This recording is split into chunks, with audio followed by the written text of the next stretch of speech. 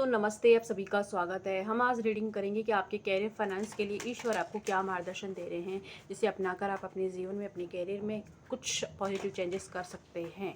तो let's see क्या advice है ईश्वर की आपके लिए, मेरे लिए भी, है ना। तो रीडिंग को क्लेम करना है, अगर आपसे मैच होती है जहाँ भी हैं खुश रहें। हीलिंग रीडिंग के लिए वीडियो के नंबर पर आप जा सकते हैं। तो चलिए देख लेते हैं आपके कैरियर फाइनेंस के लिए ईश्वर क्या गाइडेंस दे रहे हैं। ओम नमः शिवाय। ओके,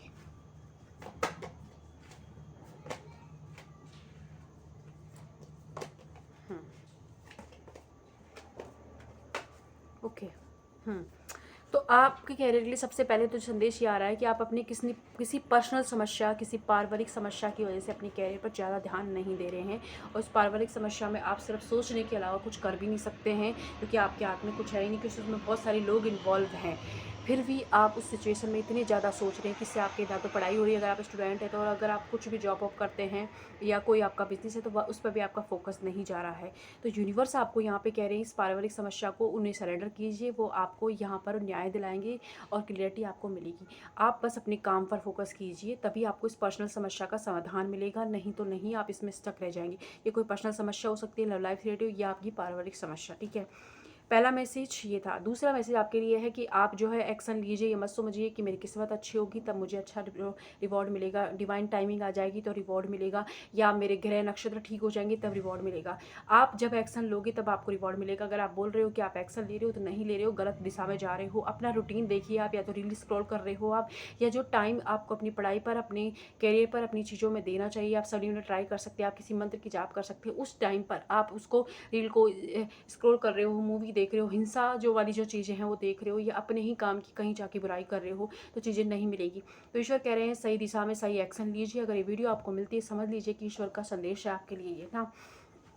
साथ ही साथ आप क्या तो बहुत ज़्यादा भगवान बदलने पे लग रहे हो कि इस भगवान ने मेरा काम नहीं किया, दूसरा भगवान चेंज कर देते हैं, ये कर रहे हो आप, या बहुत ही ज़्यादा स्पिरिचुअल हो गए हो कि खतरनाक पूजा पाठ आपके 2-2 4-4 5-5 घंटे मंत्र जाप एंड माला ही चल रही हैं, लेकिन आपको उसका रिवॉर्ड नहीं मिल रहा है। फिर आप फ्रस्ट्रेट हो रहे हो तो आप दूसरा भगवान चेंज कर रहे हो, या फिर किसी और पंडित के पास जा रहे हो, किसी और एस्ट्रोलॉजर के पास जा रहे हो। फिर आप या फिर आपने हो सकता है कुछ ब्रासलेट वगैरह भी ट्राई किया, लेकिन वो भी काम नहीं कर रहा है। रीज़न उसका ये है कि आप सही दिशा में नहीं।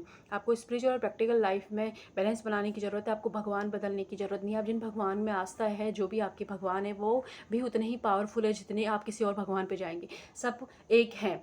तो इसलिए आपको थोड़ा सा प्रैक्टिकल होने की जरूरत है। स्पिरिचुअल हो, एक माला कर ली आपने, उसके बाद या फिर आपने मंत्र जाप कर लिया, मंदिर गए, उसके बाद में आपको अपने काम पर ध्यान देना है। रील स्क्रॉल नहीं करें। रील स्क्रॉल करने से, रीडिंग्स देखने से आपका समय नहीं बदलेगा। आपका समय बदलेगा जब आप सही वे में मेहनत करोगे। आप अपने सेकंड चक्र, थर्ड चक्र पर काम कीजिए, क्योंकि आप या तो बहुत ज़्यादा पश्चाताप में, गिल्ट में कि मेरे साथ के जो लोग थे सब आगे बढ़ गए, मैं यहाँ का रह गए, मेरे कोई काम नहीं बनते हैं। आप अपने अंदर आत्मविश्वास की कमी को महसूस कर रहे हैं। तो ये सारी चीज़ें आपके साथ इसलिए हो रही हैं क्योंकि आप गलत दिशा में जा रहे हो। तो प्रैक्टिकल होए, पूजा पाठ सुबह की शाम की, उसके बाद दिन का काम कर्म करने का। अगर आप कर्म नहीं करोगे तो भगवान से आप उम्मीद भी मत कीजिए कि वो आपको अपना रिवॉर्ड देंगे, क्योंकि वो जो मेहनत करें उसको देंगे, ना कि जो सारे दिन भर पूजा पाठ करें, ये भगवान ना वो भगवान, या रीडिंग स्क्रॉल करें उन्हें देंगे, नहीं देंगे।